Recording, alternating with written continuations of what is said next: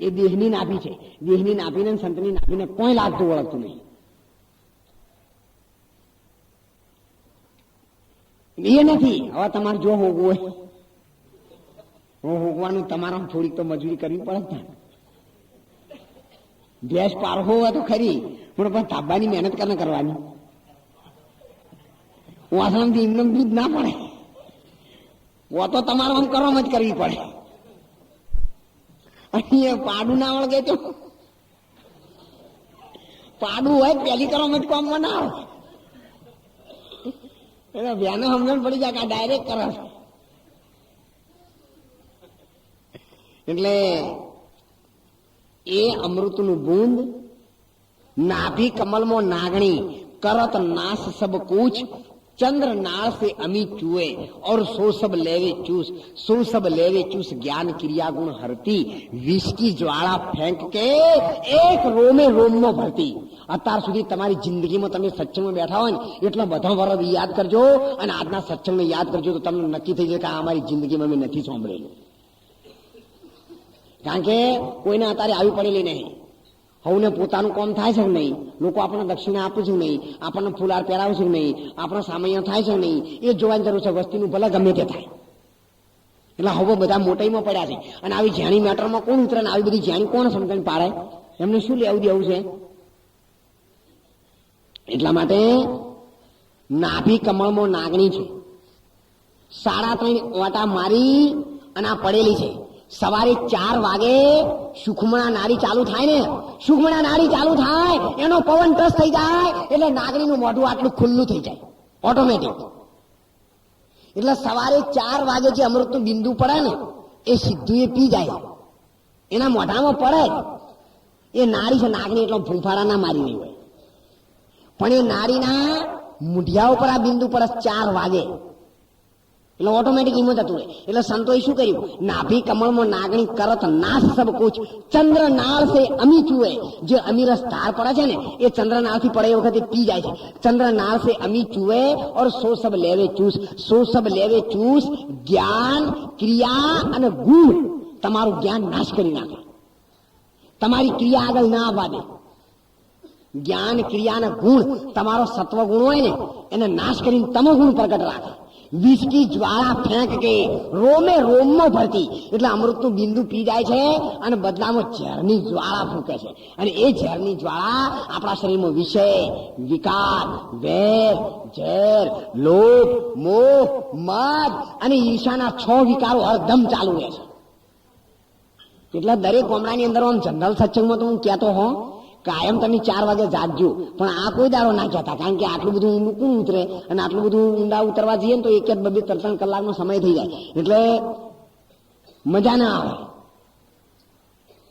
ત્યારે ગામડામાં જે આપણે ભેગા થઈએ છીએ ને એ લોકમેળા જેવું હોય અને આરે સંત મેળો છે. જેને સત્સંગની જરૂર છે ને એ જ આવે, સતનો સંગ કરવો છે એ જ આવે. અને ત્યાં તો બધા આવે હેડો મહારાજ હેડો કાંક ઘેર બેસી જાય ના કરતો કોઈ દેખા દેખ ને કોઈ શીખાશે કોઈ તોનમોન, કોઈ મોનમોન, કોઈ પ્રસાદમોન, જેટલાય ખાતા ના આવે ને. ત્યારે નવરાત્રી આવે એટલે હવે લાલી પાવડર કરીને તૈયાર ના થઈ જાય. અંબાજીમાં હોક માંડીને બેસી જાય. પણ હું કેવું લાગુ છું તો તમારા અંબાજીમાં શું લેવા દેવા? આવું વસ્તી કરાવે. એટલે સવારે 4 વાગે એ અમૃતનું બિંદુ પી જાય છે, અંદરથી ઝેરની જ્વાળા ફૂંકે છે. એટલે આપણને દાડા ઉગ્યા પછી આપણો સ્વભાવ ચીડિયો રહે, આપણા કર્મો હરખાઈ ના આવે, ઢોરે મનવી હરખાઈ ના આવે. તમે ગમે એટલું કહો બાપજી ખૂબ કાળજી રાખશે પણ કાળ ચડે છે. પણ સાહેબ તમે આ બેસતું વરસ આવે છે ને, બેસતા વરની તમારે શું જરૂર છે? તમે તો જાણે નક્કી કર્યું દર બેસતું વરસ. એ તો કાળી 14 આવે એને દિવાળી આવે, કાળી 14 ના આવે દિવાળી છે નહીં આવે. અને દિવાળી આવે એને ફાગણ સુદ પુણ્યમાં આવે ને ફરતી થોડી 4 મહિને ચેડે આવો પણ આયા વગર ના આવે. એટલા માટે સંતોને સદાય દિવાળી, સાકુટો ને હોળી આપણો સદાય દિવાળી છે. તમારે બેસતાવવાની જરૂર નહીં. તમે તાર આવતીકાલથી શરૂ કરી દેજો. આવતીકાલથી સવારથી 4 થી 6 ની વચ્ચે જાગી દેજો અને આ દિવસ મને ઠારી પૂનમ યાદ રાખજો. જો તમારે કોઈને કહેવાની જરૂર નહીં, પણ તમારા પડોશી, તમારા સગાવાળા, તમારા ઘરવાળા બધાએ તમને એવો રિપોર્ટ આપે કે ભાઈ તમારો સ્વભાવ સુધરી ગયો, હો ખૂબ ફેર પડી ગયો. જો આટલું થાય તો માની લેજો કે મહારાજે કીધું એ સનાતન સત્ય છે. 12 મહિનામાં કોઈ દિવસ તમે શરૂ કરશો એટલે તમારું માથું નહીં દુખે, તમને તાવ નહીં આવે, તમને ભૂખ નહીં લાગે, તમને તરસ નહીં લાગે, અને કદી 4 દાડા હળંગ જાગી રહો ને પણ કોઈ દાડો તમને ઊંઘ નહીં સતાવે. ભગવાનના નામ અને એનો સત્સંગ સમાગમ આપણા કાને સંભળાય. આ ડગલા સંતોના દર્શન માટે કે તીર્થ યાત્રા કરવા માટે મંડાય એ દિવસે માની લેજો કે આવું સુખ જીવનમાં ક્યારેય આપણને મળ્યું.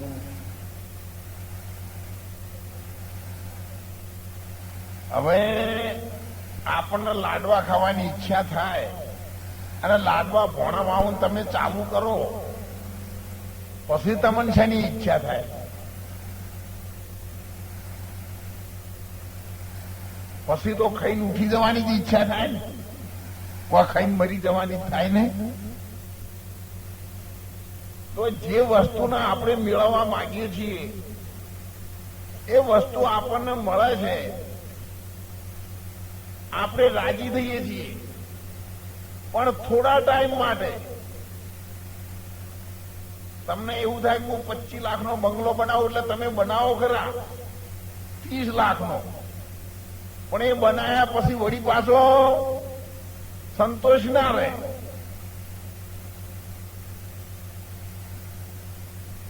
કે ઓના કરતા તો ખેતરમાં એક બનાવી ને ઝૂંપડી, વળી પાછું એનું એ આવ્યું. કોઈ જગ્યાએ આ મનને શાંતિ નથી. આ જીવ ખેતરમાં રહેતો નહીં, ત્યાં ઘેર હેડ, ઘેર આવો એટલે કે ના એમ તો બજારમાં હેડ, બજારમાં જાય એટલે વળી પાછો ઘેર આવી કે ના એમ તો વેવાઈને ઘેર જાવું. હવે પેલો ગાદલા નાખે વસાડ પાથરે ચોખા જીનો શીરો કરો તો ખાઈને કે ના મારું ઉતાવળ છે. તો તમે આ 3-4 સ્ટેશનમાં 50-60 વર્ષથી ફરફર કરો છો તો તમારે ચો જ આવું શકો. તમે ચોય ઠેરીને રહેતા નહીં, વેવાઈને ઘેર રહેતા નહીં, તમારા ખેતરમાં રહેતા નહીં, તમારે નોકરી કે કારખાને રહેતા નહીં, તમારા મા બાપના ઘેર રહેતા નહીં, તમારા ઘરવાળાથી એમના જોડે તમે રહેતા નહીં. તો હવે તમારે જો રહેવું શકો. અને જ્યાં સુધી આ નક્કી નહીં થાય ત્યાં સુધી સત્સંગ સોંભળ્યા પછી ઠેર જ માની લેવાનું. પેલા મોદીનો બળદ હોય ને ઘોંચીનો, એ ઘોણીઓ હતી પેલા, હવે તો નીકળી જઈ,